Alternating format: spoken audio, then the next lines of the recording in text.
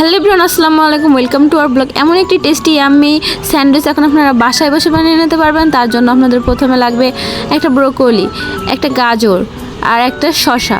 আমি ব্রোকলি থেকে কিছুটা অংশ 3 পিস অংশ কেটে নেব। তারপর গাজর আর শসাগুলোকে সুন্দর করে একটা গ্রেটার মেশিনের সাহায্যে সুন্দর করে গ্রেট করে নেব। আপনারা চাইলে আপনাদের ইচ্ছা মতন গ্রেট করে নিতে পারেন। তো সুন্দর করে কুচাই নেওয়ার পরে একটা পাত্রের ভিতরে ব্রোকলি, গাজর, শসা, মরিচের গুঁড়া, গোলমরিচের গুঁড়া, বিট লবণ, তারপরে লবণ, তারপর মেয়োনিজ দিয়ে সুন্দর করে মিক্স করে নেব। জিরা গুঁড়াও কিন্তু দিয়েছিলাম, দিয়ে সুন্দর করে মিক্স করে নেব।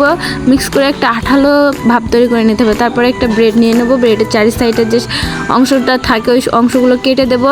দিয়ে ব্রেডের ওপরে ওই যে মিশ্রণটা দিয়ে সুন্দর করে একটার উপরে একটা চাপ দিয়ে কেটে নিলে রেডি আমাদের ইয়াম্মি টেস্টি মজাদার স্যান্ডউইচ। তো এটা খেতে কিন্তু অনেক মজা হয়েছিল।